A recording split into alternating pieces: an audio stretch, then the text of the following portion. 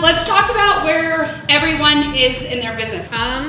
All the things. Okay, as I've kind of mentioned to everybody, I've got 3 buyers that are not, I won't say they're hot buyers right now. Let's talk numbers as far as like stats. Do we have active listings under contracts? Nope, I am flush right now. So, okay, working on it. So we're working on it. Okay, I love it. I love it. I have my open house on Saturday, and we're gonna try to go live tomorrow. Woo! So that's what I have for right now. Good job. Congrats. Love it. What are you listing it at? 450. We've got the 2 under contracts. I have a land buyer, and then I just signed a buyer broker this weekend, and we're putting in offers. Speaking of Ryan, I do have that one that's under contract with him. Yeah. I have 2 other under contracts. I have 5 signed buyers right now, which I'm trying to get a couple of them under contract hopefully today. Yes. And I have 2 potential listings coming up. Yay! Actually, we should think of like where the momentum, the rubber is hitting the road, and sometimes it takes longer than others, and that's okay. I need you guys to understand, as long as you're doing the work, the results will follow. You have to show up and do the grit, and then I promise you, the universe opens up for you. And it's crazy the way that when you're in flow, all of a sudden once that gate opens, it's like multiples come through, and you're like, wait, I waited so long to get one, and now I'm inviting more and more and more. So just get used to that. Realize when you're in flow, and what are the actions that I'm doing to get these? What are my behaviors? What is it that I'm saying in my conversations? How much action and time am I dedicating in conversations that I'm having to get these results? I want you guys to all be really dialing in on that data, because that will help us help you get in flow even more. All right, Kimber, let's go to you, baby loves. A whole lot of 0 right now. I have like a lot of potential things, yes, but it's also a little You disheartening. just got started. Yeah. You're doing all the right things. But I'm just a little disheartened too, because I feel like the reason why I originally got into real estate is like maybe not a thing anymore. So like I really wanted to specialize on first-time home buyers, and I feel like that's like not It's a struggle. a thing anymore. It will be though, it will be. Yeah, I hope it does. It just breaks my heart for those people, you know what I mean? Yep. So anyways, I have potential in that area, but I know it's gonna be a struggle when it gets to that, so. To be honest, I love our first-time home buyers. Our first-time home buyers, I mean, there's nothing more exciting than taking your first-time home buyers out to say, holy you can actually buy a house when you had every reason or belief thought that you couldn't.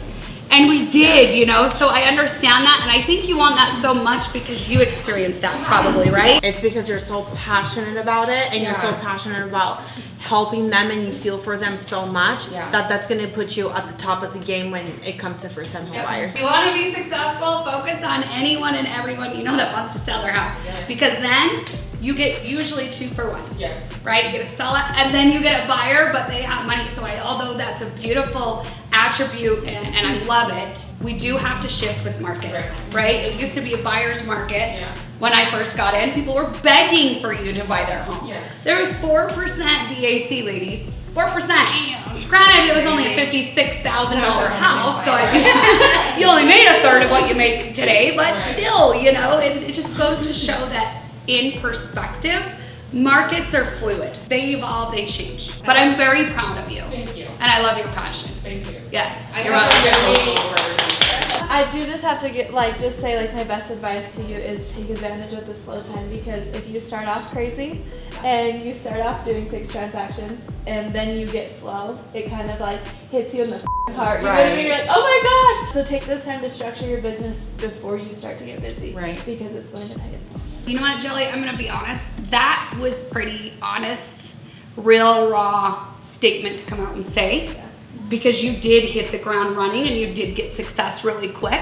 And I know that other people that have waited for so long probably had their own feelings, internal shit about it. Like, why not me? What am I doing wrong, right? So everyone's in here, just know that you have your own journeys, okay? Please don't compare yourself to others. Comparison is the killer of all things. Just realize that and be honest with yourself with, are you really doing enough to move your business forward like you said you wanted? Am I really doing all that I want to do? Or could I be doing a little more? Anyways, I do have 5 in the pre-approval process with Lily, so that's really good. They are all first-time home buyers as well. And then I have been running lots of CMAs, so Good. yeah. Good. So hopefully everyone else is I have 1 active buyer and maybe 1 potential buyer, but just to kind of piggyback what you told me about the workout, because how I understood like what we were talking about. Yeah. How you broke it down like with working out. Yes. You should say it. Yes. But Yes. kind of like, yeah. Like flexing our muscles, right? Like it's not fucking easy to be strong. People don't go to the gym every day and dedicate all this time to ripping their muscles because it's fucking fun most of the time.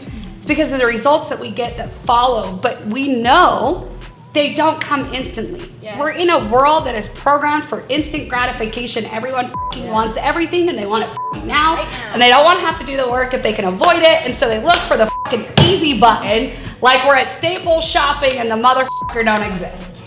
So keep working out, keep doing the muscles, and keep fucking doing the work that will keep you in line to being strong both mentally and actually in your profession to be the professional that everyone's looking to, so that you're gonna end up winning more clients, right? So, Kimber, don't worry. 4 out of my 5 buyers are all first-time home buyers, and I love them too. And it's not impossible. It just takes more time. But I actually, for one couple in a weekend, wrote 5 offers, and they all got turned down.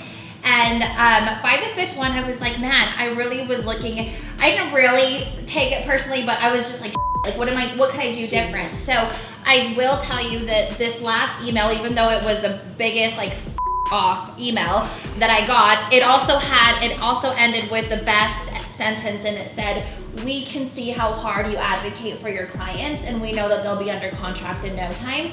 And that did speak to me, because right now, that's something that I cannot control. It's the market, they don't have a lot of cash, but what you can control is your effort and your work. And if you go into every single first-time home buyer trying to do the best thing for them, getting all the questions answered, putting them in the homes that they have the best shot, it is not impossible. It just is gonna require more time.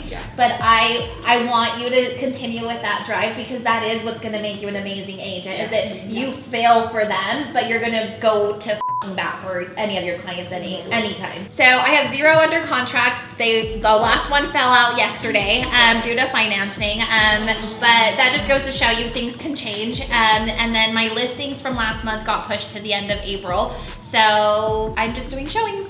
That's what I'm doing.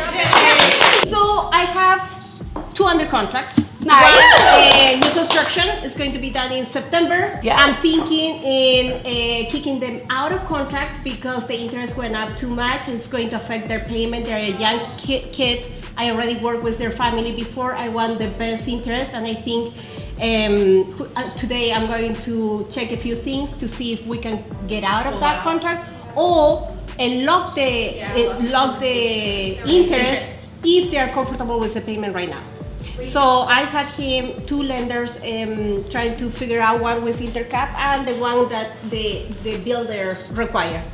The other, I have somebody under contract, my client's Carlitos, with the lot. And we're waiting for the weather to be beautiful. So we can paint their house, so we can sell that house. You're and still pay waiting off. for that one? Oh yes. Oh my God. It rained, it was snow, yes. So we're waiting for that one. So today I'm meeting with them to say, dude, let's sell the house without painting it. Thank you. Let's give her a round of applause.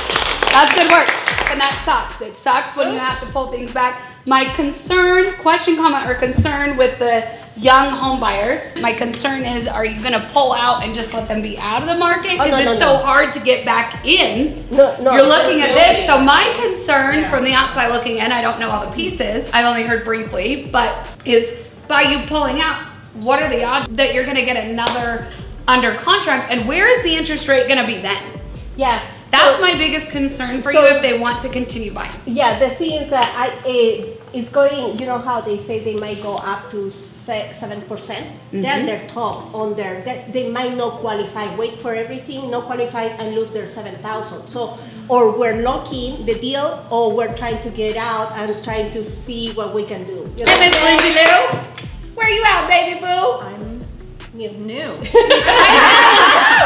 Since she won't talk about herself, can I tell you what she's been doing? Please. So she's actually been having conversations with people about real estate, and she actually met with somebody that it was just, she was not being a secret agent and talking about real estate, and the lady, she's actually doing a CMA. They want a list. They don't like their realtor.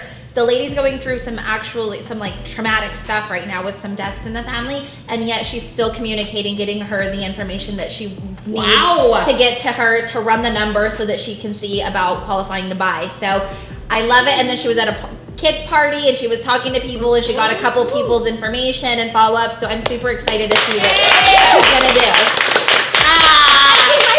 do. Doing the things, and you're doing the things instantaneously, right? You're taking massive action, even though you're kind of like a silent little ninja, you know what I mean? But you're doing it, and I see it, and I promise it doesn't surprise me that you're already running CMAs and stuff. Yeah. And I'm very proud of you, and we're grateful to have you on the team. Thank you. Yeah. You are learning accountability, right? All of these things you have to do, some of them they're pushing you out of your comfort zone. So you have no choice but to grow being pushed out of your comfort zone. You're sharing ideas because you know that there's enough business out there for everyone and you're just pushing each other to be better. I love this. Yeah. It's Good super. job. I love it.